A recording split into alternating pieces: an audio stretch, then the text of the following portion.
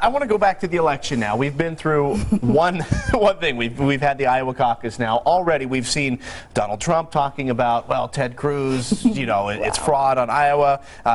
With regard to Astrid Silva here, we're seeing the Bernie and Hillary campaigns going out.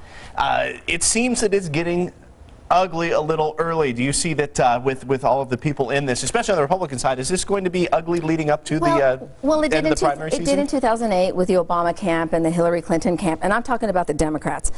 The Republicans have a whole other mess. But speaking of Astrid Silva, I think it's deplorable that the Bernie camp, or his communication director for Latino outreach, made a disparaging remark on Astrid Silva. And I think when it comes from the top, what is that doing? It's creating a bigger mess, because you leave that to the activists that are going to fight, and it's normal. I don't like it because we need to remain united and move ahead. But when somebody, a staffer, writes something, I think it's deplorable. She needs to get fired.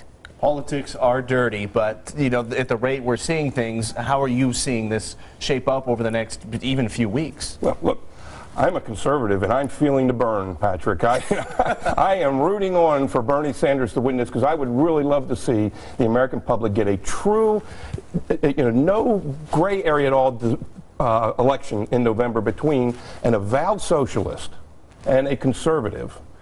Which is what we could actually get with Bernie Sanders in there. Hillary Clinton, for years, she's always played that gray area, that middle. She fudges, the truth in what she says, and she hems and haws. So, yeah, I would love to see Bernie win that Democrat primary. And then who would you want to see? That kind of transition to what I was going to ask. For the other side, who would you want to face? Well, I think Trump would be an easy win. You saw what happened. He has no infrastructure. He thinks just by telling everybody to go vote. But you really need to have people.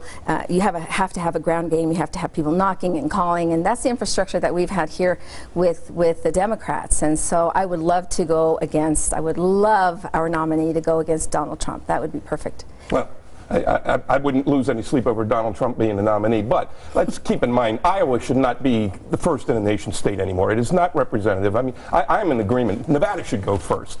We are a much more diverse population, much more diverse economically. I agree. Yeah. So this whole Iowa thing is not really indicative.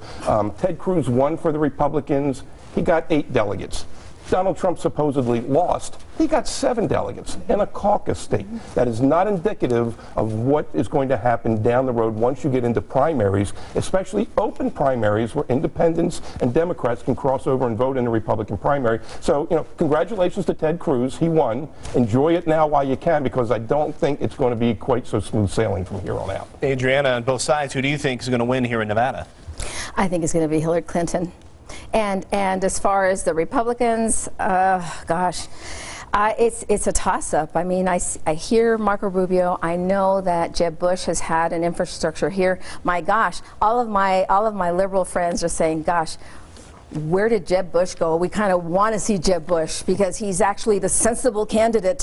So that will tell you what is being said out there and how off the charts these candidates are, like Trump or Ted Cruz. I mean, these guys are a little bit on the loony side. But that just explained why Jeb Bush is doing so badly, is that the left likes him. And that is not what this Republican primary electorate is looking for. I don't like him. I don't like him at all. I'm just saying, as compared to the others. He's sensible. He just makes sense. Look, our internal polling that I've seen shows Trump way ahead in popularity, but he was way ahead in Iowa. And again, this is a caucus state, and he does not have the same organization that Cruz and Rubio and Carson has, here in Nevada. So I still think it's anyone's game here. I think Rubio has a better advantage in Nevada than he had in Iowa. He does have infrastructure here. He does have a lot of establishment support here in Nevada, and he does have an operation here. So it wouldn't surprise me to see Rubio top Cruz in Nevada. I think that would be an upset that's not really totally out of the making. 2 more to get through before you get to the Republican caucus here. Who's out, let's say, after New Hampshire before you even get to Nevada or South Carolina? Well, whether they'll actually drop out or not, I don't know. Christie will probably have his day in the sun in New Hampshire. Whether he wins or not, I don't know, but he'll do well, and that will keep him in the race.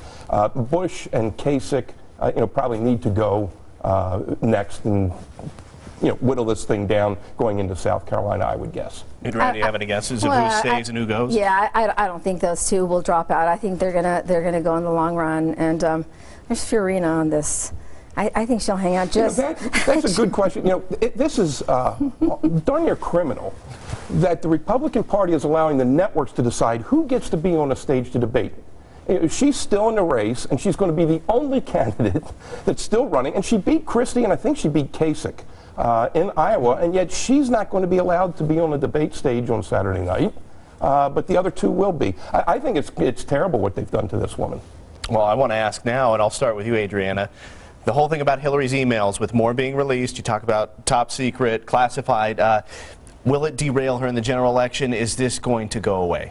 I think it's going to go away, exactly like the Benghazi situation. Look, we've had about 30 years of people pounding, the Republicans pounding on Hillary Clinton, and I mean, I don't know what I would do if that were me, but she's resilient, she's intelligent, and I think she's going to move forward, and I think this is just a distraction, another distraction that they're causing for this. Is it going to go away, Chuck? I mean, you talk about Benghazi, but on the conservative side, that's still something that's brought up often. Just name them. Name any of the Hillary Clinton scandals, you could say, from the conservative side. They still exist in at least half of the people. Right, and it will not go away. And this is not necessarily the straw that will break Hillary Clinton's back, but it just continues to to compound on this lack of trustworthiness that a lot of people fear about Hillary Clinton. It's very much the same way. I see what happening is the same thing that happened to Al Gore in 2000 after he exaggerated about inventing the internet, and then it was almost everything he said was held up to scrutiny. Was that true or was that not true? And I think the same thing is happening to Hillary now and will continue to happen. Everything she says is going to be seen in the prism of, is she telling the truth or not? And that's going to hurt her. But it's been like that for the last 30 years. Yeah, but that's... I'm so tired of anytime I hear something like that, I just go, oh God, here's another one. I don't believe that. You may be, but you and I are in this for a living. Absolutely, I agree. Okay? There are a lot of low information voters out there who get to vote that have not heard about a lot of this stuff, or it's just been kind of chatter, out in the, once they start to focus because they know they have to vote, I think they're going to pay a little bit more attention to this. Well, she's strong with minorities, strong with women, strong with the senior vote, so I think she's very credible. And yet Bernie Sanders tied her in Iowa. Well, that was Iowa. Okay, well, we'll see what happens in New Hampshire. And finally, we'll do this really quickly. Does Bernie have a shot here in Nevada? Oh, absolutely, absolutely. He's got Big Mo on his side. He's got momentum. His supporters are far more passionate than Hillary Clinton's supporters are. So, yeah, he's got a shot. What do you think, Adriana? Well, I think he'll do okay. I still think Hillary Clinton will win this. Her infrastructure is here. And, yes, they're louder, absolutely. And I like Bernie, but I don't think he's the right person for the nomination.